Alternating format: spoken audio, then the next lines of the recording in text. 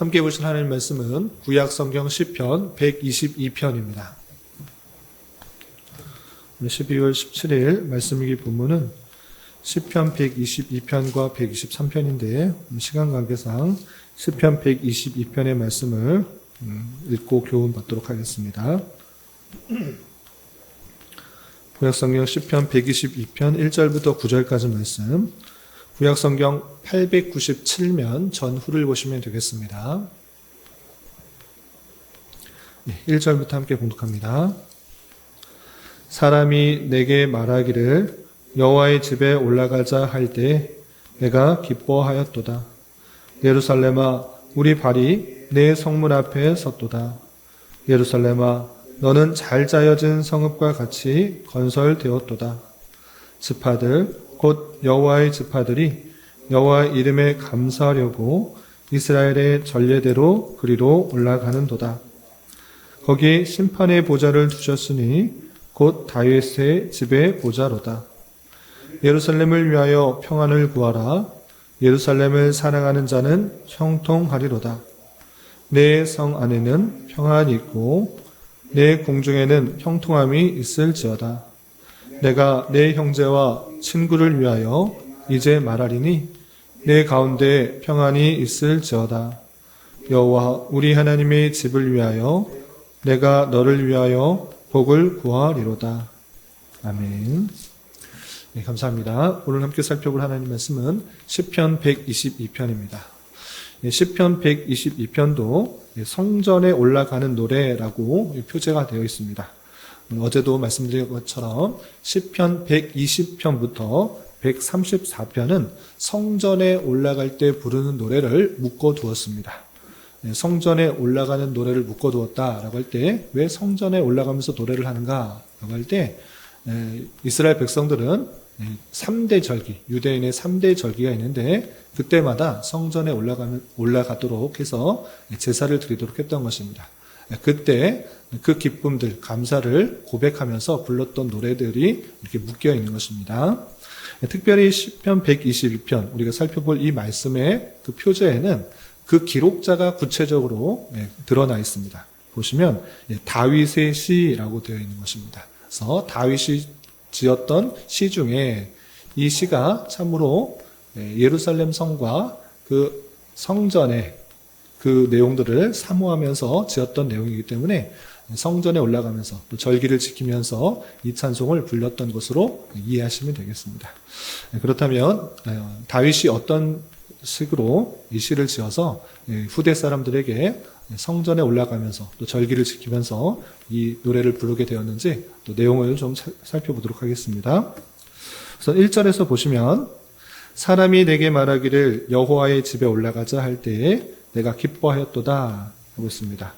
사람들이 여호와의 집에 올라가자, 함께 가자 할 때 기뻐하였는데 이때가 언제인가라고 할 때 많은 성경학자들이 다윗이 왕위에 올랐으나 아직 하나님의 언약궤가 예루살렘 성 안으로 들어오지 않았을 때에 다윗은 그렇게 마음 먹었습니다. 나는 좋은 곳에 좋은 궁에 거하고 있는데 하나님의 집은 그 언약궤는 천막 아주 누추한 곳에 있다라는 것에 대해서 대단히 안타까웠습니다. 그래서 그 언약궤를 이 예루살렘 성 안으로 드리고 싶었는데 그 모든 것들을 다 의견을 사람들이 마음을 합하여서 그 언약궤를 옮기게 되었던 것입니다. 그래서 언약궤를 예루살렘 성 안으로 들어오게 되는 것을 기뻐하는 그 모습으로 생각하시면 되겠습니다. 그래서 옮기기로 마음을 먹고 실제 실천하여서 2절에는 이렇게 됐습니다. 2절 보시면 예루살렘아 우리 발이 내 성문 안에 섰도다 라고 하면서 여호와의 집, 그 집을 이제 예루살렘 성 안으로 들어옴으로 말미암아 이제 정말 다윗이 원했던 그토록 바랐던 그 언약궤가 이제 예루살렘 성 안으로 들어온 것을 볼 수 있습니다. 특별히 이때의 그 다윗의 기쁨을 사무엘하 6장 12절부터 17절을 보면 잘 표현되고 있는데 여러분들도 잘 아다시피 너무나 기뻐서 다윗이 그 언약궤가 성 안으로 들어온 것이 너무나 기뻐서 베옷을 입고 춤을 추다가 그 옷이 벗겨질 정도로 그 기쁨을 주체하지 못했던 그 모습들을 우리는 연상해 볼 수 있습니다.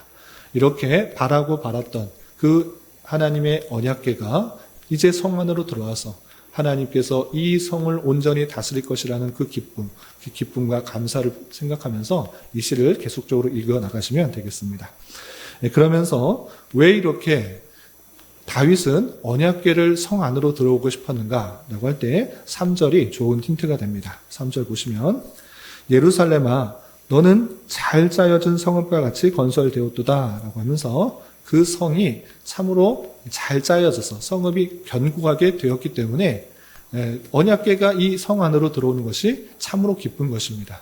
그래서 하나님의 그 임재라고 할 수 있는 그 상징, 임재의 상징의 그 언약궤가 잘 짜여진 성읍 안으로 들어온 그 모습을 기뻐하고 있는 것입니다. 또한 4절에는 이런 표현도 있습니다. 4절 보시면 지파들 곧 여호와의 지파들이 여호와의 이름에 감사하려고 이스라엘의 전례대로 그리로 올라가는도다 라고 하면서 예루살렘 잘 짜여진 성읍에 이제 언약궤도 오고 이제 절기 때마다 이제 성읍 그 언약궤를 보려고 이제 사람들이 올 거기 때문에 참으로 기뻐하며 감사하는 것을 볼 수 있습니다.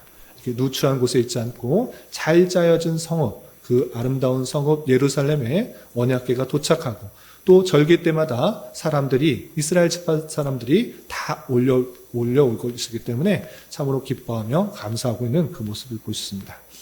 그런데 이 시편 기자 다윗이 예루살렘에 잘 짜여진 성읍 그리고 절기 때마다 이스라엘 지파들의 사람들이 몰려오면서 그 예루살렘이 굳건할 것을 기뻐하며 감사하고 있는데 궁극적으로 이 다윗의 기쁨은 5절과 같이 이것 때문에 있다라는 것을 우리는 발견하게 됩니다. 5절에 이렇게 표현했습니다. 5절 보시면 거기에 예루살렘에 심판의 보좌를 두셨으니 곧 다윗의 집에 보좌로다 라고 표현하고 있습니다. 예루살렘 안에 보좌를 두셨다. 심판하는 보좌를 두셨다.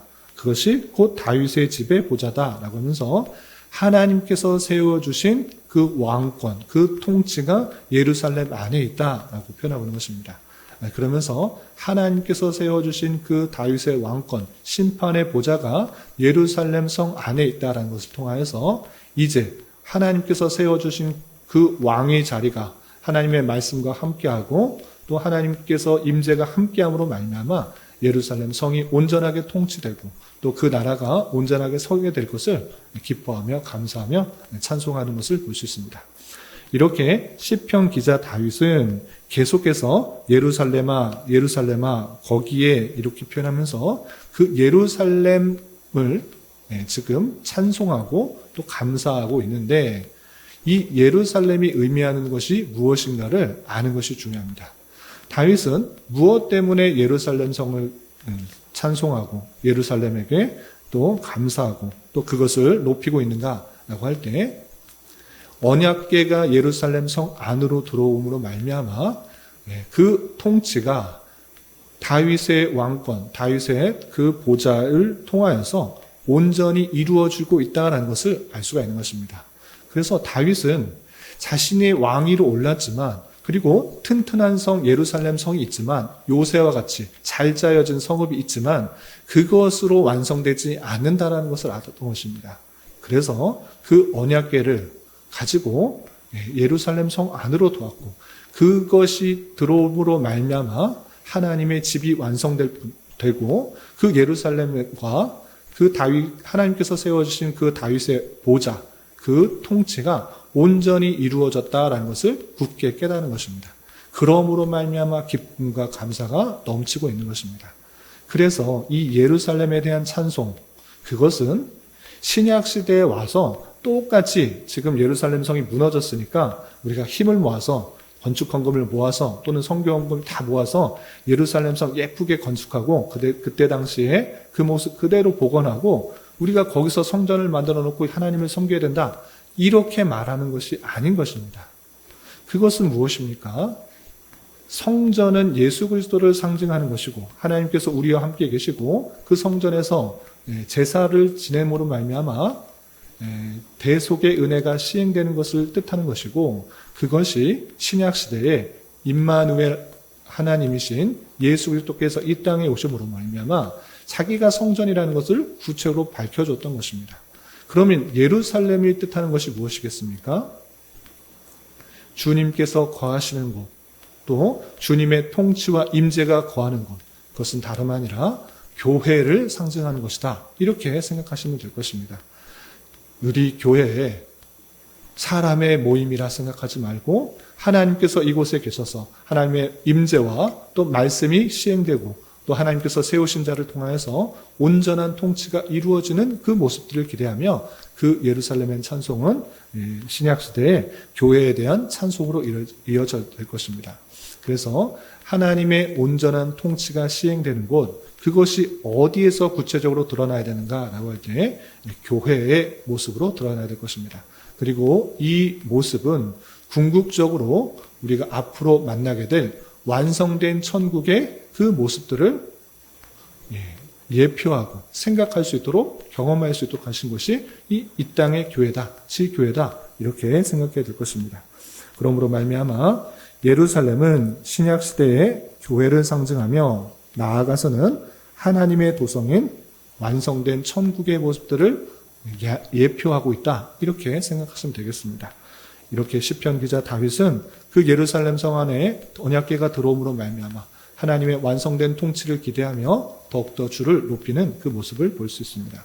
그 가운데 6절부터 9절까지는 어떤 말씀으로 이 시편이 마무리되는가?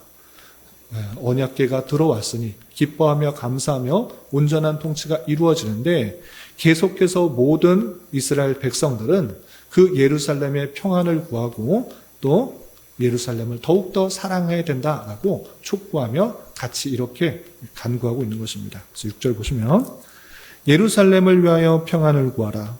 예루살렘을 사랑하는 자는 형통하리로다. 내 성 안에는 평안이 있고 내 궁중에는 형통함이 있을지어다. 내가 내 형제와 친구를 위하여 이제 말하리니 내 가운데 평안이 있을지어다. 여호와 우리 하나님의 집을 위하여 내가 너를 위하여 복을 구하리로다 라고 하면서 계속해서 예루살렘을 위하여 평안을 구하라. 너 성 안에는 평안이 있고 또 내 가운데 평안이 있을지어다 라고 하면서 그 예루살렘 가운데 더욱더 평안을 간구하고 있는 다윗의 마음을 볼 수 있습니다. 다윗은 하나님의 통치가 있는 그곳이 온전히 평안할 때 그곳에서 복이 나간다는 것을 알게 되는 것입니다. 그래서 예루살렘을 사랑하는 자는 형통할 것이고 또 내 궁중에는 형통함이 있을 것이다. 그리고 내 가운데 평강이 있을지어다 라고 하면서 그 하나님의 통치가 있는 그곳에 온전히 평안과 또 복이 임함으로 말미암아 모든 사람의 그런 은혜들이 더욱더 퍼져나게 된다는 것을 깨달아 그렇게 평안을 구하고 또 복을 구하는 그 모습을 볼 수 있습니다. 이런 말씀에 따라서 우리 또한 신약시대에 예루살렘과 같은 성격을 갖고 있는 이 교회에 먼저 평안을 구하고 복을 구하는 그런 마음들이 있어야 될 것입니다. 물론 하나님께서는 개개인을 사랑하셔서 모여있는 교회가 없을지라도 그 택하신 백성들을 신실하게 이끌어가서 천국에 가게 완성된 천국으로 이끌어 가실 것입니다. 그럼에도 불구하고 하나님께서는 교회로 부르셔서 함께 섬기도록 했던 것입니다.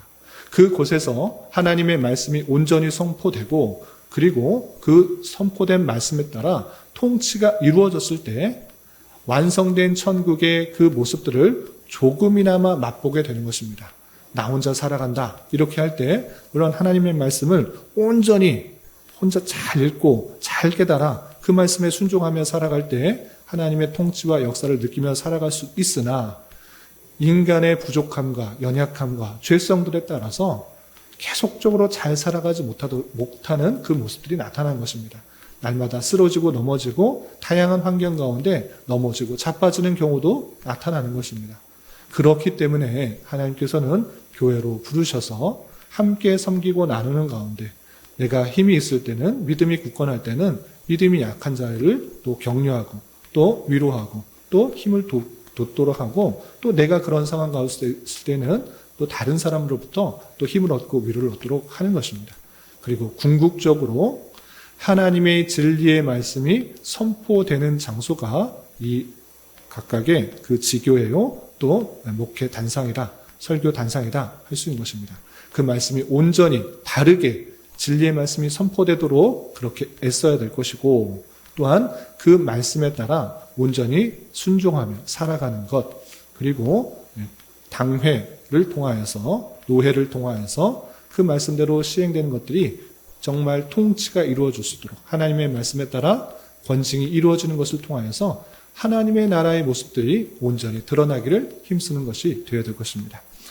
오늘날 우리 교회뿐만 아니라 모든 교회가 하나님께서 임재하시는 곳일 뿐만 아니라 하나님의 그 놀라운 보좌가 있는 것이고 심판의 보좌가 있는 자리라 생각하면서 하나님의 공의로운 통치, 또 아름다운 통치가 계속적으로 이루어질 수 있도록, 그리고 주님의 교회가 더욱더 평안하고 든든히 세워져 가서 이곳을 통해서 말씀을 통해 위로를 받고 힘을 얻어 각각의 주어진 자리에서 하나님의 뜻을 순종하는 그런 삶의 모습들이 온전히 드러나기를 다 같이 애쓰고 노력하고 또 평안을 구하는 그런 자가 될 것입니다. 이런 말씀의 교훈에 따라 우리 교회 또한 많이 부족하고 연약한 가운데에 있다라는 사실들을 기억해 보며 더욱더 평안을 구하며 하나님의 온전한 통치가 이루어지는 천국의 모형으로서의 모습들이 잘 드러나서 하나님께서 기뻐하시는 교회로 잘 성장할 수 있도록 다 같이 기도하고 노력해야 될 것입니다. 이런 은혜가 저와 여러분, 우리 모두에게 있기를 진심으로 기원합니다. 기도하겠습니다. 하나님 아버지 감사합니다. 오늘 말씀을 통해 성전에 올라가며 예루살렘을 찬양하는 시편 기자의 말씀을 대하였습니다. 이런 말씀을 대하는 자로서 성전 대신 예수 그리스도의 중심으로 더욱더 그를 가까이 하는 삶을 살아가게 하여 주시고, 우리 또한 주가 계신 성전임을 깨달아 더욱더 거룩과 성결의 모습으로 살아가게 하여 주시며, 함께 교회로 불러주신 뜻과 섭리를 기억하며 하나님의 통치가 온전히 이루어지는 교회, 또 교회를 중심으로 평안을 구하며 형통이 흘러갈 수 있는 교회가 될 수 있도록 더욱더 은혜를 더하여 주시옵소서. 주님, 12월은 성탄이라는 주제로 한 달을 보내고 있습니다. 여러 가지 어렵고 힘든 일들이 있을지라도 성탄의 기쁨과 감사로 한 해를 잘 마무리할 수 있도록 은혜를 더하여 주시옵소서. 특별히 이 나라가 많은 혼란과 어지러움, 죄악과 타락 가운데 있습니다. 주님, 긍휼을 내려주시고 자유와 민주와 평화 속에 이 나라가 온전히 통치되게 하여 주시며 하나님의 말씀과 창조 질서가 온전히 선포되고 유지되어 하나님의 영광과 존귀가 이 땅 가득히 드러나는 나라가 되도록 은혜를 더하여 주시옵소서. 주님, 교회 내 육체의 질병과 연약함으로 인하여 가족의 전도와 신앙을 위해, 자녀의 학업과 진로를 위해, 직장과 사업장의 문제로 주님께 간절히 기도하는 여러 지체들이 있사오니 주님께서 그 모든 상황과 여건, 마음과 생각을 주장하여 주셔서 우리의 기대와 소망보다 훨씬 더 풍성한 것들로 채워주시는 하나님을 깊이 경험할 수 있는 기회 되도록 인도하여 주시옵소서. 이 시간 각자 간절하게 간구하는 기도 제목 주님께서 들으시고 가장 선한 것들로 응답하여 주시옵소서. 예수님의 이름으로 기도 올리옵나이다. 아멘.